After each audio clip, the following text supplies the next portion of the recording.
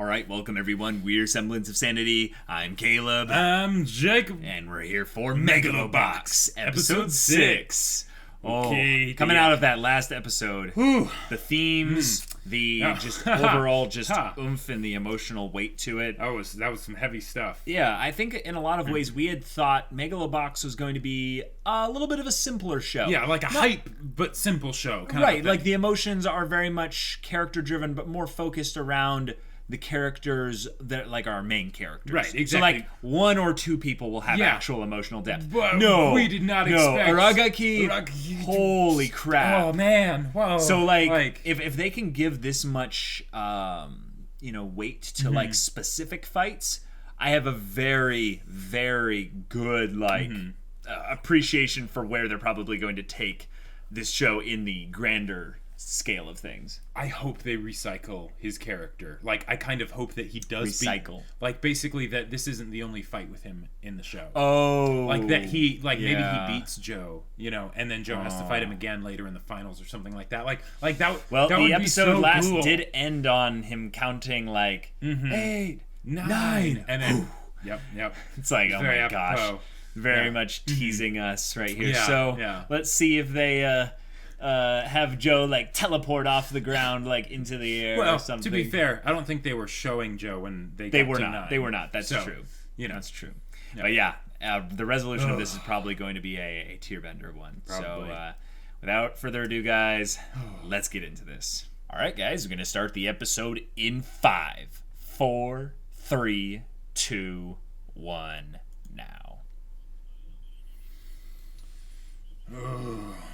Oh, cool. Starting off with a flashback. Oh, boy. Nice. The track on this show is insane. Oh, and For the Brighter Tomorrow. Yep. Which never came. He's like, his emotional backstory hit me so hard I can't even see myself. Which direction is up? Wow. Yeah. Way to go, Joe. Go, Joe. Oh. Yeah.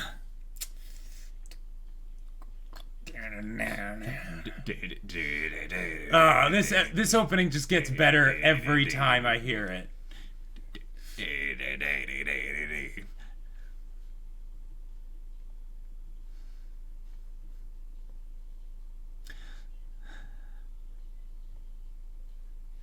I love this part. Yeah. Seeing a wolf walking, and I know that it's junk dog, but seeing a big dog just doing the stalking kind of walking, it's yes.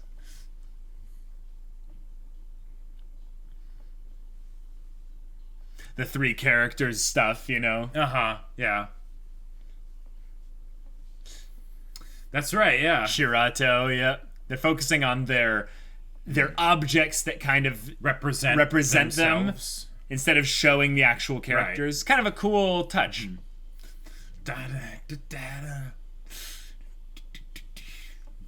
See, wolves are just amazing. You can put them into just about anything and it makes it better.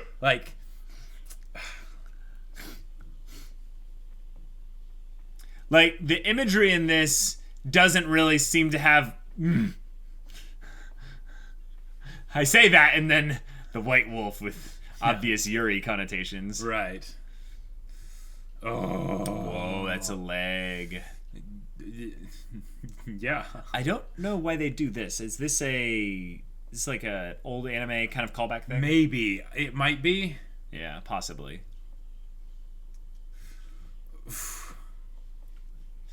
Oh, I don't know who to root for. Man. I mean, I do love Joe, but yeah.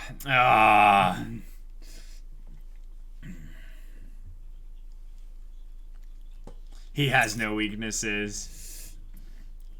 Oh.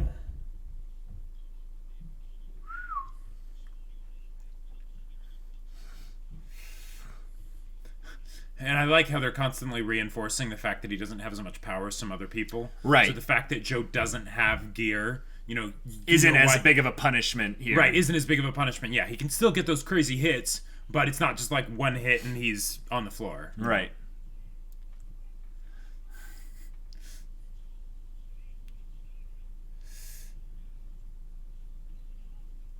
Oh, just don't. Crap. If he just did one hit against Joe when he was on the lines. Oh, that. Oh. Keep your defense up. Yeah. Oh, there it is. Crap, there it is. Crap. Yep. Oh. Wow. And he was that good at pulling it. No, Aragaki is honorable. A lesser fighter would have finished the punch. Yeah, because he could have totally done it. Like, they wouldn't have been able to tell that it was intentional, Right.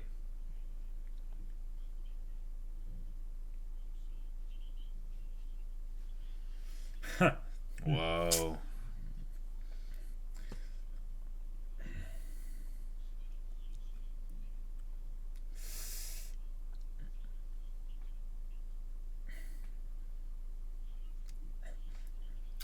Oh, wow. Yeah, do or die. Yeah. He's riding straight for the cliff. Yep. Then just shut up and watch how it plays out. Okay. All right, he's spitting fire. All right. Let's keep it positive in here. I like the music track change. Oh, team cheer. Yeah. Put it in and... All right. 50-50. Is he actually learning? Whoa, Aragaki is coming out strong. Oh, and Aragaki notices, and that pisses him off. Maybe that's intentional to get him to adjust the way he fights. Oh! Whoa! You have a very interesting strategy, Joe.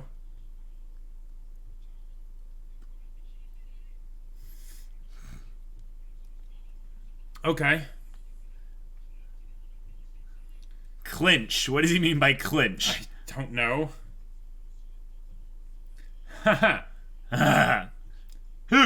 Just group up and hit it till it dies. Well, no, he needs to get in close, yeah. Mm-hmm. He has less room to maneuver with his counters and stuff.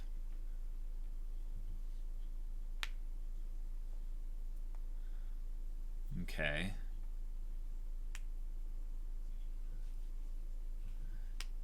Wait.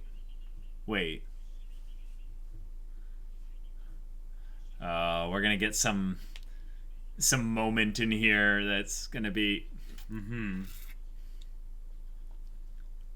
It's gonna be really emotional.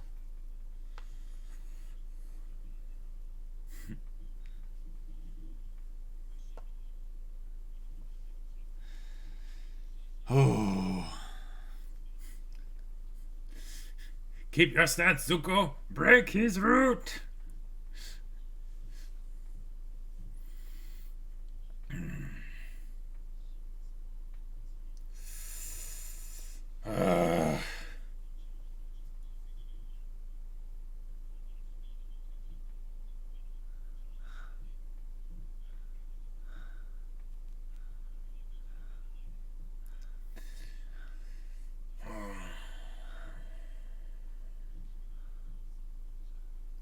Right.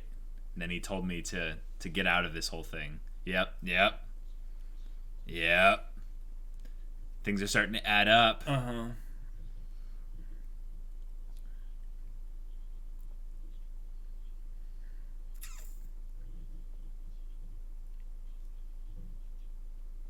Cool. Okay.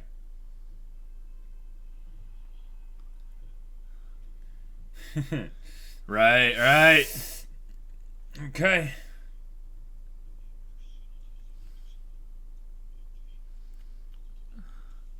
To move on, to move forward. Right.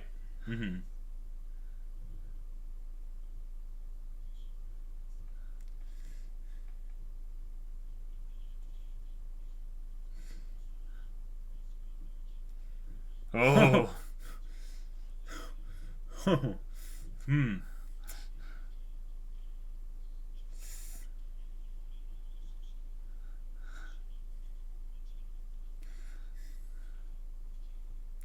Oh. His defense is broken.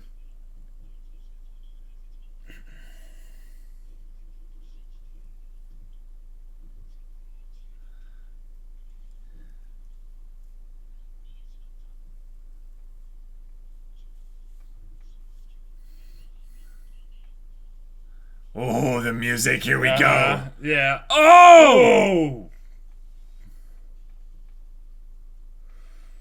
Oh. Ah! Ah. That was a good gut punch. That was. So how, but. Like, okay, how is Joe actually going to come back from this? Because he's been just getting his ass. Remember, he's a junk dog. Yeah, the opening. Put your guard in your mouth, too. Yeah.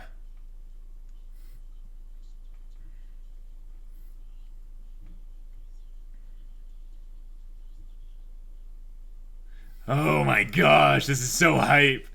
The music is really just carrying this into, like, another level right now. Yeah.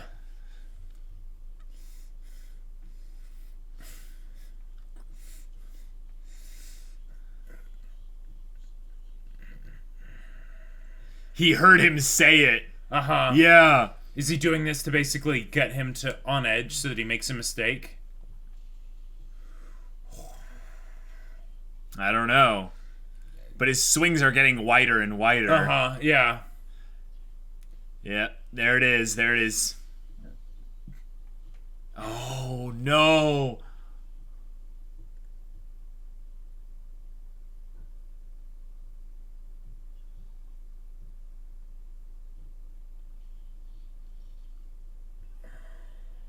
Did you see his lower part of his jaw go like that? Yeah, but that's not going to knock him out, though, I'm pretty sure. But if you hit hard enough... I hope it doesn't. I don't think it did, but... Oh, now they're doing this in the reverse. Until the last dog dies.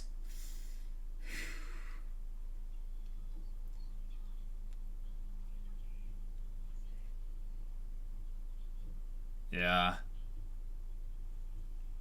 Yeah. All right. Whoa! Yeah, he didn't give him time. Okay. Yeah.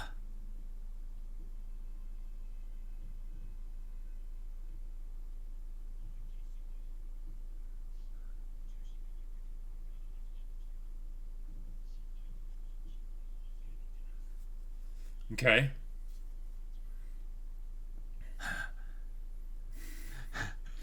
All right. Cool. Yeah.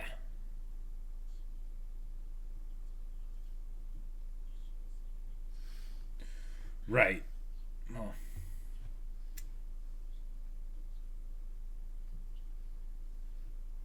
That's true. Because that's what he seems to be working on with you.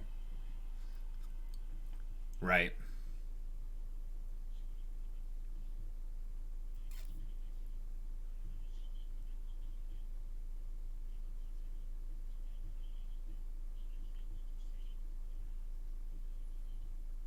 Okay.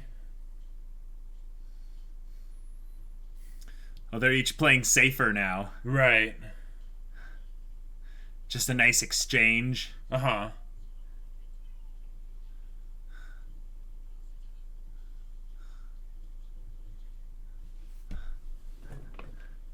Yeah. Yeah, that's true. He probably was pretty close to And he was taking already. losses, over and over again. That's true.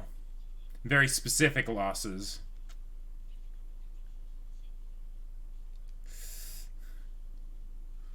Okay. Oh!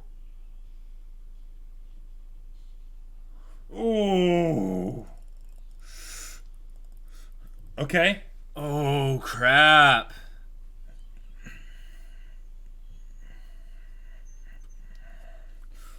Oh.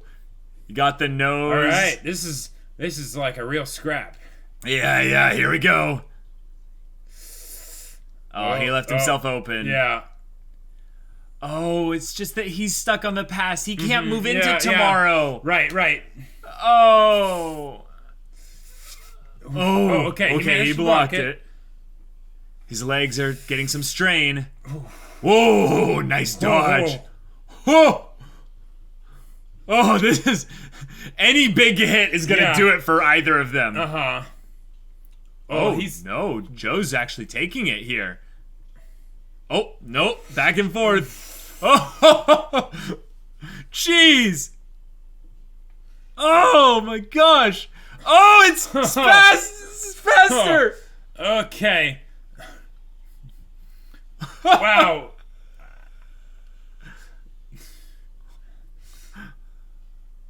Oh boy. The blood and the sweat just flying everywhere. They make, like, the screen kind of shake when, when there's each punch.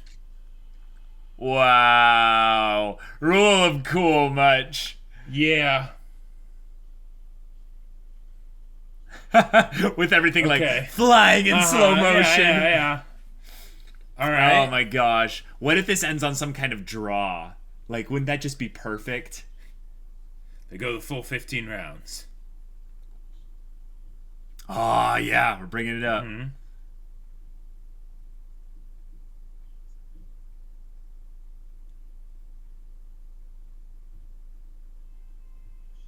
Oh, are they going to forfeit? I don't know. Yeah. Wow. Wait, seriously? Wow. Whoa. Good call, Caleb. Wow. Dang.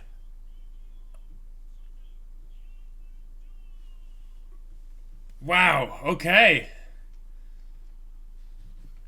All right. Yeah. I did not expect that. I did not expect that either. But the minute he gave him that look about tomorrow, he's like, I have to be able to move on. He has to let this go. Yeah. He's like, okay, I can be done now. Yeah. Oh. And the people were still cheering for him. Oh, they're cheering for all of them. It was a good fight at the end there. Yeah. They really put everything into that final bit. But, yeah. I love the way they make the legs sound. Yeah, the sound, yeah. Yeah, they're bleeding.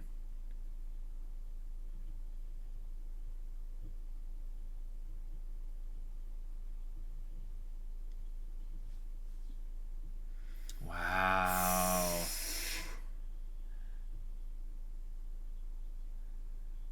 Yeah. Oh, his last fight.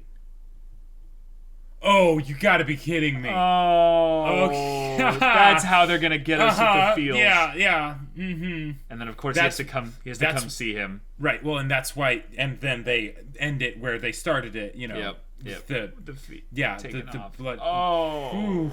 Oh, bro. Oh, man. Jeez. Yeah. Yeah, because... Yeah.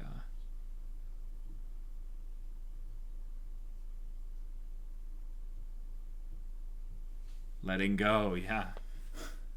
Oh. Let it go. Shut up.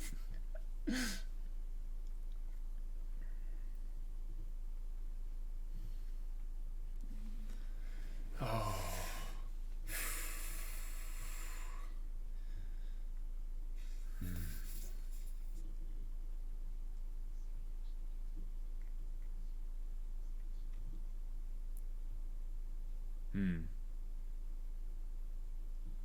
Maybe. Who knows?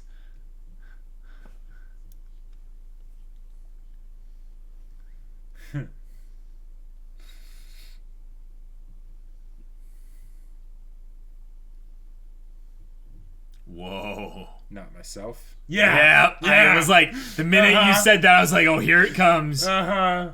Oh.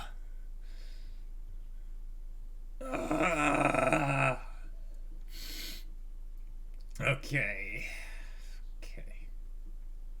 Oh. Mm-hmm. Yep. Yep.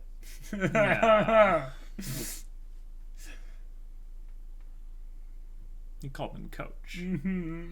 Yeah. Yeah.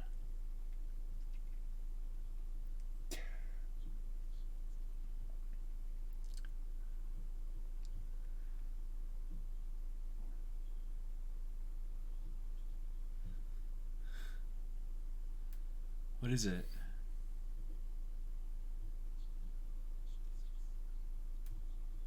Oh, it's something he gave to him here. Mm-hmm.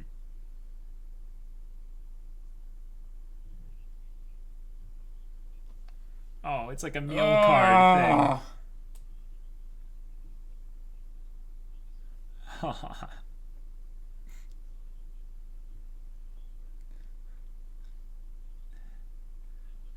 There we go.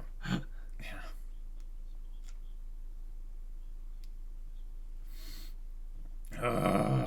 Wow.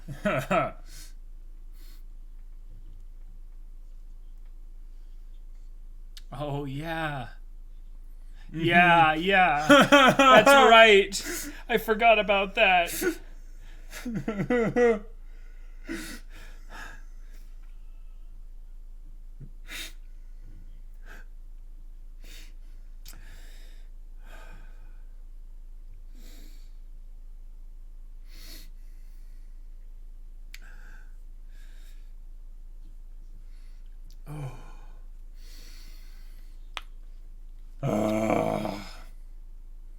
And at that point, he wakes up and smiles.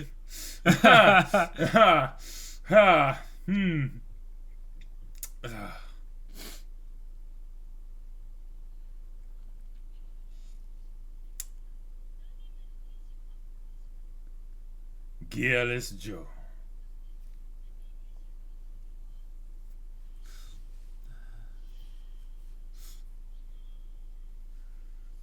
Okay. Cool.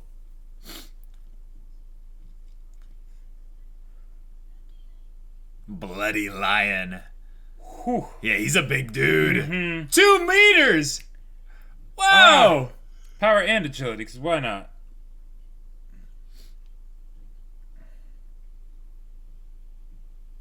Well, I think it's agility for a heavyweight fighter, but Joe would be definitely Right. faster than him. Mm-hmm.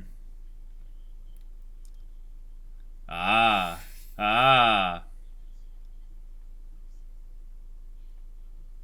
Oh. So Aragaki was going to potentially be in the slot. Wait, what? He just threw something out of his ear? Yeah.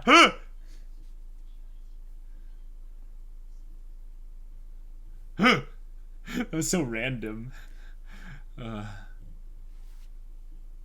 Mikyo.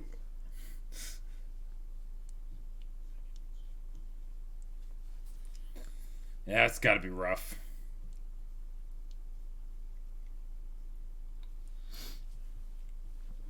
So who's this? His trainer?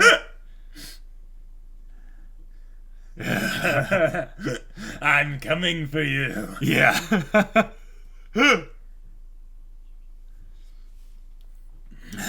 Maybe it's fate. And this music, like...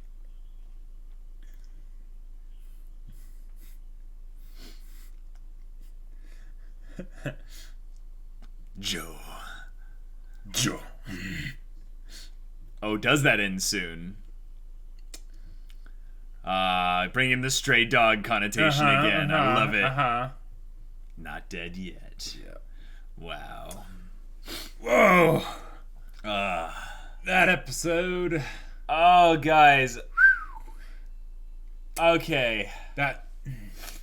Wow. So, like... Yeah. So, like, they tackled a whole bunch... Wait a minute. What? Never mind, nothing. I just had, like... Did you think they had, like, changed something about the opening or something? No, Or the ending? opening...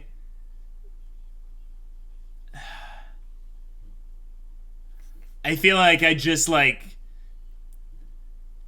You know the anime studios were people thing that Giga did? You know, the guy's like, I see colors.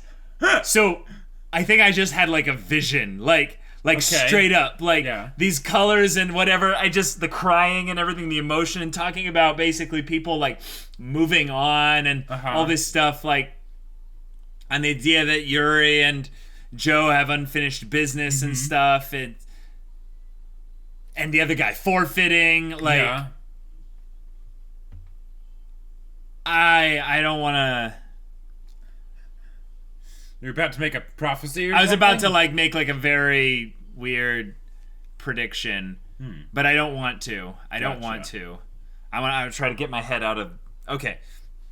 All right. Okay. That was a proper like like subverting of convention for a way to end this, and a proper resolution for the character arcs. Yes. Of. Nanbu with relation to Aragaki and Aragaki's arc himself. Yeah. I completely forgot about the betting ticket. Yeah. Being Carpe the thing diem, that he that say Carpe Diem that like that saved his life. Yeah. I'm really glad they basically reminded us. They're like, just in case you forgot. I have a very real like soft spot emotionally in me for whenever a story goes to tackle mental health and just the whole idea of people that hit really low places and contemplate suicide. It's a very heavy subject to bring up. Yeah. The sad thing though is that it's a very important subject to bring up because of how rampant like mental illnesses are. Because it oftentimes doesn't have a happy ending like this. Not just in the fact of like most of them don't. You know, people sometimes actually going through with it and killing themselves, but also just the fact just that living maybe with they it don't. forever. Yeah, and maybe they just live with it forever and they don't get the curse is that they can't move on because the illness holds them back. Yeah. And it's so hard to break out of it. It's almost impossible. Like it's very possible. I don't want to give a message of doom and gloom for anyone going through this, but you need other people. But you need other people. But also, Joe kind of gave the tough love response that was actually what helped Aragaki. Now his coach, his trainer. Yeah. I loved their exchange about how he's like, no, I was going to call the match after this round anyway. That's why he was like, you need to end it in this round. Right, exactly. Because he knew that things weren't going well with his legs and stuff. Yeah. So, I gotta say, like, that was great. I misjudged Megalobox in the first couple of episodes. I know, me too. It's like, because, you see it and it's like, okay, this is going to be hype. It's got the great music. It's got mechanized boxing. Right. Awesome. It's got this rule of cool, like, dystopian style, like, Mad Max. Cowboy Bebop aesthetic, Yeah. And it's like, all right, this will be great, but like... motorcycle. But I was not expecting this. And the thing is, here's the thing.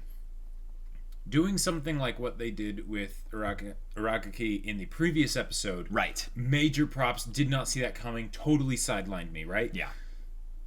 But that's basically something, I feel like that could have just been a tonal shift, right? Where they decided to do something very different than what is expected, and they decided to have it be something really heavy.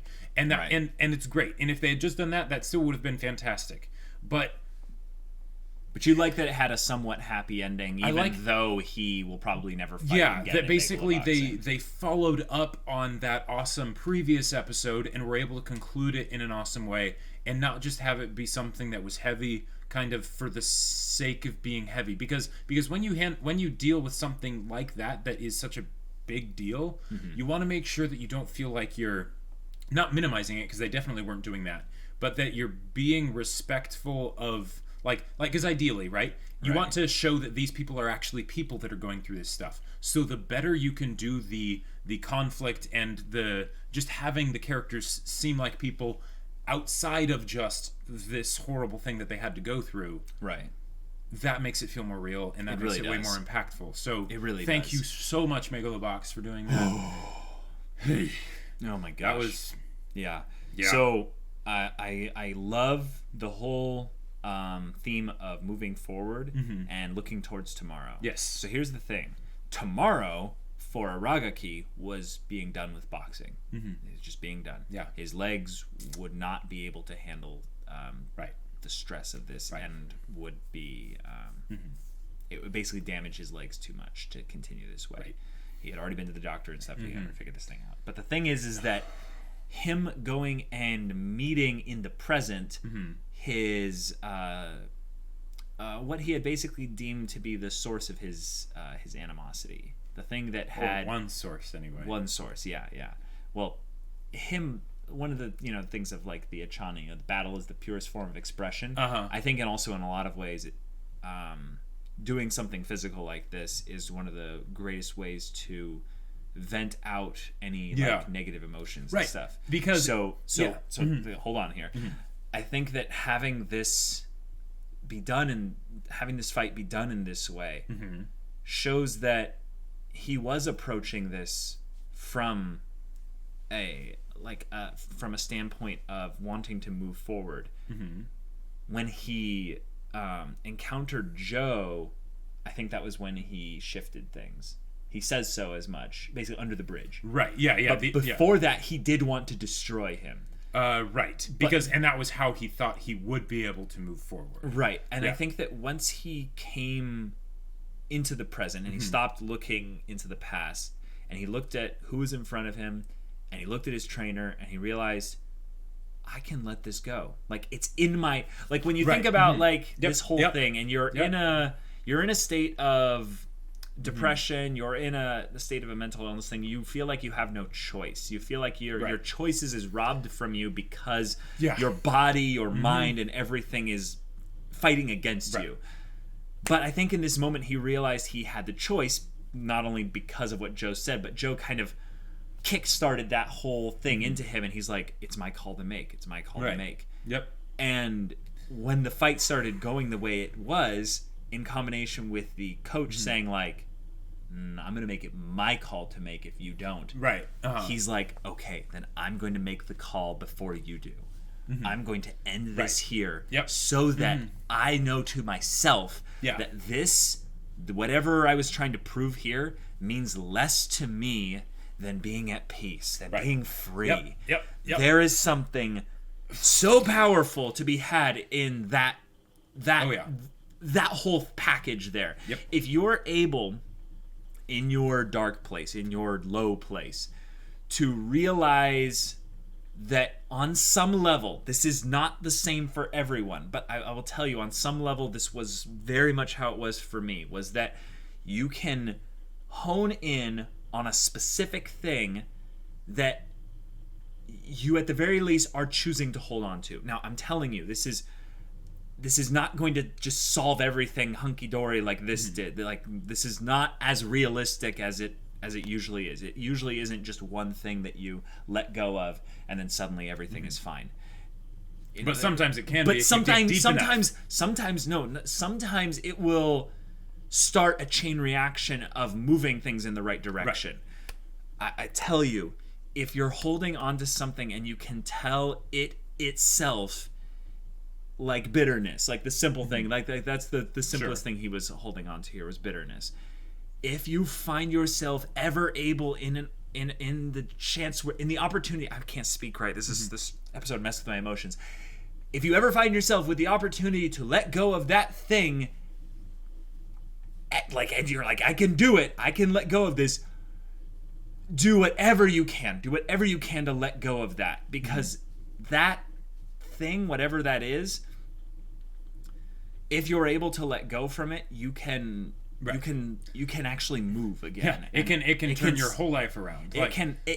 Now, I because we're in a very heavy subject, I don't want to offer any like promises here. I'm just telling you, just as someone from personal experience, letting go of those things that we kind of choose to hold on to on some level when we're in a low state. That's one of the first. That's one of the first ways to begin healing. It's just in a way, it's a form of forgiveness, but it's not always that. So Yeah. Or forgiveness is a form of moving on. Yes. Because, in this case, it was. Mm-hmm. In this case with Aragaki, it was a form of forgiveness. Yeah.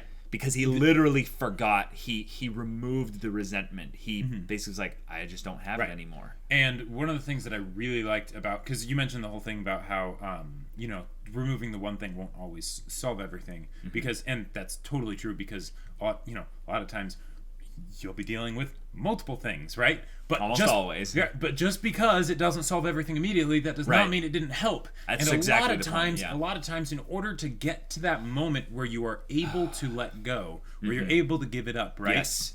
Like you said, battle is the pure form of expression, right? That Chani saying. Yeah. I believe the reason for that is because, to take another quote out of context and put it into a positive context, Okay. in their final moments, people show their true colors. Okay. And the idea is that it doesn't have to be their final moments like they're about to die. It's the idea that when they push themselves, when they put themselves into a situation where they are basically at their breaking point, right? That's any moment of change. When he was talking to Nanbu, I have a better quote for that. When we hit our lowest point, we were open for the greatest change. Yeah, there you go. Right. There you go. And when he was coaching with Nanbu, or when he was training with Nanbu, he was like, "Hey, you don't really feel too hot about being a Megalo boxer now." Oh yeah, he's like, this doesn't feel good, does it? And he's like, oh no. Yeah. And sure you want to do this? Right. Exactly. And are you sure you want to do this? So by going into the fight with Joe, he's able to push himself, right? Push himself to the very limit where he's like, I should not go anywhere past this. Because of that basically reduced the variables in his mind. Yep. It gave him the mental clarity. Yep. And then he was able to reduce it down to one thing that he's able to just get rid of, and then suddenly everything starts to just it's a very fall together. It's a very real thing in where he set his state internally to be primed for this by going into the fight. Yeah. That's partially what I mean by the purest form of expression, is that you can only express something that is true to your nature when you're in these kind of high intensity moments. It's that excellent quote of the, when we're at our lowest point, we're open to the greatest change. You have to hit the metal many times or heat it up a lot to the point where you can actually get it to bend. Yes. And heating it up takes a lot of effort and requires a very specific environment. Right. And it's usually not it's not a pleasant experience. No, it's not. Yeah. No, it's not. But I gotta say, by having this episode, maybe I should bring it up. So guys, I don't know if this is going to be in the actual reaction, but in the credits near the end of the episode, there was I gotta say it. Okay, yeah, what is this crazy? Okay, so prophecy. Okay, so you know what this episode was kind of feeling like was that on some level this is going to be the most emotionally resonant fight for Joe. Yeah. I don't think the Yuri fight will be more so than this. Okay. But what is Joe not able to move on from? Yeah, I was. Yep. Mm-hmm. Yeah. The whole beef with Yuri, and that was one of the things that. Okay, well, keep going. This is going to get into dangerous territory here. This is going to get into I have a bad feeling about this territory. Oh. So here's the thing. Joe has his thing he's not able to let go of at the moment. But the thing is, it's not present, so he doesn't have to think about it. Sure. Yeah, not an issue. Here's the thing about Aragaki. How many years did he spend in that lower state? A while. Yeah, a long time. Yeah. I think they gave us a number, but whatever. It was a long time. Yep. Okay. Here's the thing. The reason why he's still alive today was because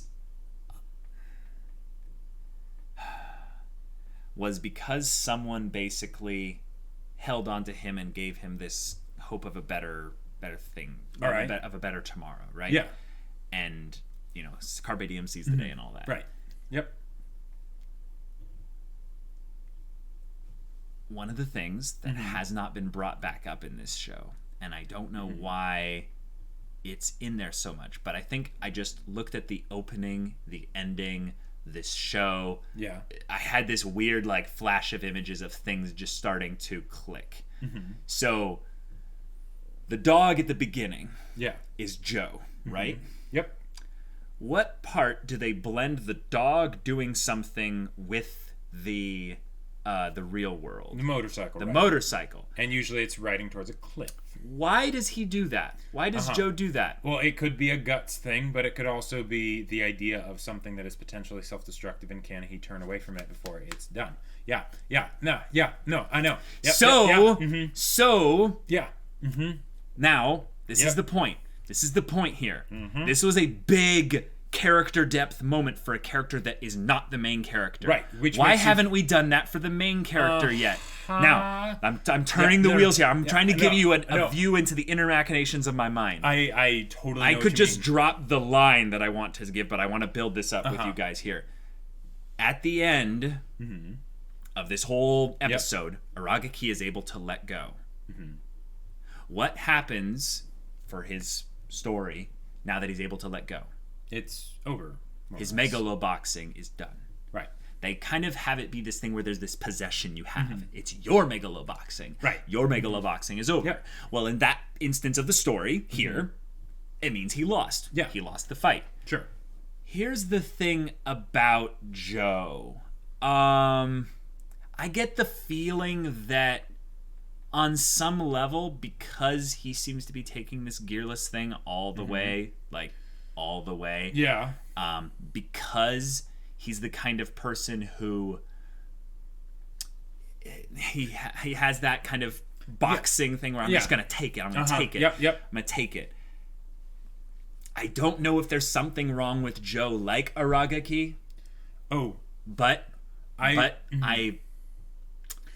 know that on some level we're probably not going to get into something that dark and heavy. Yes. But there was something that I realized that I don't know how many times we've seen this in this show. Where Joe's told to, okay, this isn't safe, or, stop this or whatever. No. Well, I know he has on some level a bit of a, not necessarily, okay, I'm just going to say it. All right. I think Joe's going to die. I think there's a very real possibility Joe's going to die. Now, here's the thing. He doesn't have to. I think he's going to either come very close to dying, because this is a boxing show about people with mechanical huda, and they just could beat the crap out of him with a couple punches, and he would be bedridden for the rest of his life. That's the thing. But here's the other thing. We have this very clever little thing that this show does at the end of, I think, every episode. I'll have to go back and check. But you know what words they say? Not dead yet. Not dead yet. Huh. Yeah. With dead underlined. I'm starting to see wheels turn here. Right. Then also the whole thing of this is now just trippy. I'm in weird territory here. But the lights coming in from the opening and stuff feels like someone's. You mean the ending? Did I say the ending? You said the opening. Oh, sorry. So the ending. Yeah. Feels like. Oh man! Basically, someone's looking at their life just pass by them just really quickly. Colors, just things. Now that's weird territory. Okay. But there's an image in the opening. The dog. See, I did. I'm in weird territory here. But all this just bombarded with images and stuff. The dog is shown at a very specific part in the opening after the motorcycle bit to be bloodied, broken, and seemingly dead on the ground. Before they show a graveyard of tires, junk, if you will. Oh yeah, I like it. I am feeling heavy the foreshadowing now, especially after this episode with Aragaki dealing with the character depth. And you know how we said that at the first couple episodes we were like, okay, this is gonna be a hype show, this is gonna be great, this is gonna be awesome, but we weren't expecting super character depth type stuff. Yeah. I think here's the reason for that. We basically didn't see what character depth we were getting, and we took it as being just sort of a sort of cliche main character personality. Because we actually did get a lot about Joe. Right? We got the fact that he's stubborn, he's kind of arrogant, he likes doing things his own way and stuff like that. Right? And he's got this weird thrill junkie death wish kind of test himself now, thing. Here's the thing. In a lesser show, they could just do that and have that be all that they do. Yeah, that could be his shtick. That could be his shtick. He wins everything, shonen protagonist. That's fine. They can do that. But since they didn't really make him an underdog, this was one of the things that I thought was weird. They made him an underdog in the social setting, but they didn't make him an underdog as far as like he's really good at boxing. He's really good at boxing. He's already really good. He's really good. He is beating people at their own game without the gear that they have. Exactly. Which is like, whoa, is this guy actually an underdog? That's like, anime levels of like just ridiculous, right? So here's the thing. So on some level, he is an underdog because he chooses to be. Sure. Again, the thrill seeker death wish kind of thing. So the idea is that okay, now they can actually take what they set up in the beginning, right? And what's in the beginning is most important, right? And actually double down on it and make it relevant to the overarching narrative and character progression. Why haven't we gotten as much development and stuff from Joe? Why haven't we seen more of that What's little up bit with that that? they showed of when he was a kid? Maybe they're saving it up for something like the Life Flash Before Their Eyes or whatever. I love that theory. I didn't think of the idea of him dying, but certainly of the idea of having this conflict here being brought back up then. Now, if they did have him die, that would be kind of another shout out to, I'm not going to say the show. We don't need to say which show. I'm not going to say the show. I know exactly what you're thinking of. Like, even if you haven't seen the show, you probably know what I'm talking about already. But, because... Yeah. I'm not even going to do the hand motion, but I want to so bad right now. But punch. Yeah, there we go. I'm so sadistic. Oh my gosh. But I'm now like actually giddy with the idea of that. They could do that. This ending that way. Here's the thing. Here's the thing. Can you see it though? I can absolutely see it. They don't have to do that. There are a ton of different ways that they could do it. They could even go for something more basic of the Joe's no longer able to megalobox or whatever, or or something. There's all kinds of things they could do. They make it so he loses, but it's like, oh no, but it becomes this legend of the nobody that almost went the distance with no gear. Here's the thing. This show has shown that we don't have to have fights end a specific way. That's true. On some level, we know he's going to Megalonia, and we know he's going to fight Yuri. Right. And here's the thing, Jacob. Here's the thing. Yuri has not also gotten really the character depth yet. No. Here's the thing that I think might have been subdued a little bit in this episode, but I think it's going to be more profound when we deal with Yuri, because he's more specifically the rival of Joe. Yeah. Whereas Aragaki's was more between him and Nambu. So, so here's the thing. I think that Yuri is going to learn something from Joe in the same way that Nambu learned something from Aragaki from each other. Yes, absolutely. So when we get into Joe character depth stuff and we come up to the end and things are getting intense and stuff, the real question is things that like have rattled Yuri, like you call that real megaloboxing, stuff like that. Yeah.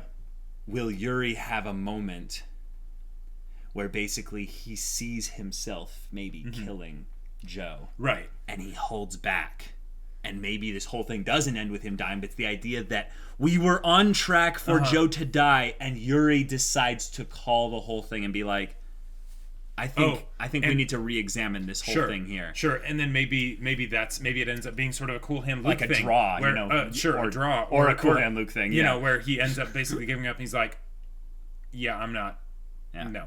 And then from then on, they actually establish a rule of you must have gear to Megalobox, because otherwise, they actually get into or just the story ends on a more poetic, open-ended note. I think that I love what you're thinking, because with a show like this that is short, that is not an anime original, but they don't need to make a plot statement. They need to make a thematic statement by the time the story is over. And what a way to make this show be remembered, right?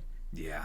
I really have after this episode and talking about it and hearing your positive feedback, I am gonna throw 70% chance that he dies. I think it's actually perfect poetry. It would be, and that's why okay. And this is one of those things where I'm not necessarily sure that's going to happen. Jeez, guys. But this is one of those things where I would love for that to happen. Yeah. Just from, how it would impact the story and stuff. If they're willing to go deep into Joe's character. I mean, sudden development equals horrible, tragic death, and they've been holding back. And this was intentionally. Episode 6, what? So it's like there's this not is much the halfway left. Point. They have maybe 7 episodes This is essentially left, the turning point in the story in general. And when you think about... This was the mid-season finale. Right. When you think about creating a story like this, you set the tone in the beginning, but you reaffirm it by whatever your middle climax is. Now you choose just all the stuff throughout. Right, all throughout, of course. But when you decide not to reaffirm it, when you decide to make a hard turn right, this is intentional. And the reason why it's intentional is because it has meaning in the broader context of the story. Well, and can you just imagine Nanbu and I forgot his name. Poor Shario. Crap! How did we forget? But can you just imagine them basically just him crying over Joe's beaten still body? Yeah, that. Well, yeah. I think before we'd even come close to that, we would have a little bit more of them bonding specifically. Yes. And I think here's another thing, Jacob. Another foreshadowing thing I think they brought up. The kid's parents. Sachio, thank you. Sachio. Yeah, Sachio. Or it's either Sachiro or Sachio, but I think it's Sachio. It's Sachio. When he looked at the parents and stuff, those people are dead. Like, those people are I mean, they didn't abandon this kid. This kid has the look of a cold, detached person who's had to survive. And yet he's attaching himself emotionally to Joe, probably because his dad died doing Megalo boxing as well. Right. Yeah.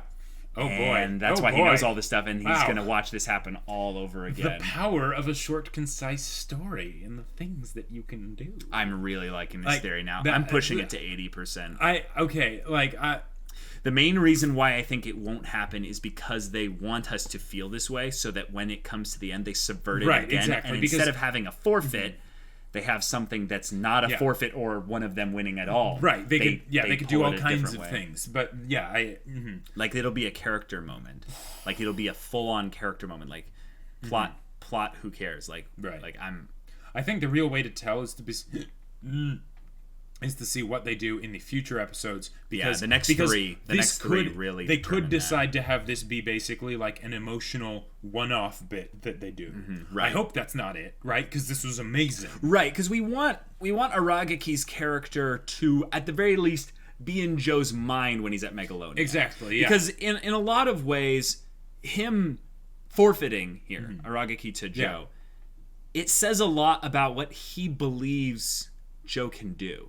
Yes. Because if he wanted to beat Joe and prove something to him, he could do that. If he wanted to beat Joe in a I don't want you going to Megalonia kind of thing, because I actually have now changed and I held no animosity, but I want to make sure that you don't die, because I really feel like you going in gearless is the stupidest thing. I could see that being a really good hero thing. Like, he punches him and he goes, stay down. If you go to Megalonia, you're gonna die. Yeah. So that would have been another cool thing that they could have done. But I think by him forfeiting here and him saying, "Tell Joe I believe in him." Right. Well, I think he's saying, I actually believe in the both of you. I believe in you doing this. And here's the thing, because if they had said that would have basically been a flag that Joe's not actually going to die. I agree. Because it's very rare that they will tell you. I mean, sometimes they do it and they're really wanting to, just have that be an integral part of the story. Sure.